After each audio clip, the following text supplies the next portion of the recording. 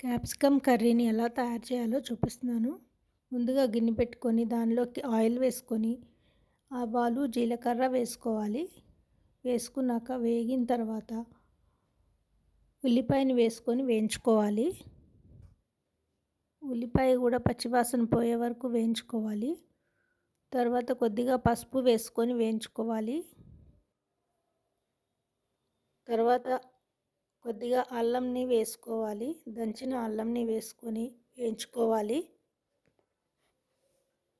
తర్వాత కొద్దిగా కొబ్బరిని వేసుకొని వేయించుకోవాలి. తర్వాత క్యాప్సికమ్ ముక్కల్ని వేసుకొని వేయించుకోవాలి. నా ఛానల్ని సబ్స్క్రైబ్ చేసుకున్న వారందరికీ మరొకసారి ధన్యవాదాలు. తర్వాత సాల్ట్ వేసుకోవాలి. కొద్దిగా కారం కూడా వేసుకొని వేయించుకోవాలి.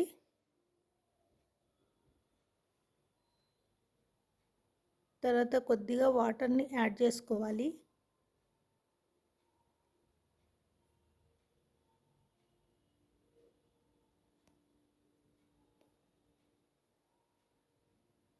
యాడ్ చేసుకొని వాటర్ అంతా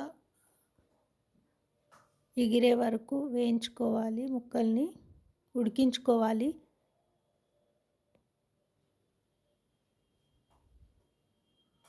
దగ్గరికి వచ్చే వరకు ఉడికించుకోవాలి.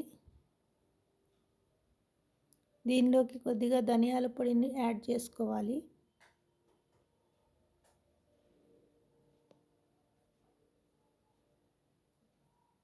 దగ్గరికి అయ్యాక ఒక గిన్నెలోకి తీసుకొని సర్వ్ చేసుకోవడమే ఫ్రెండ్స్.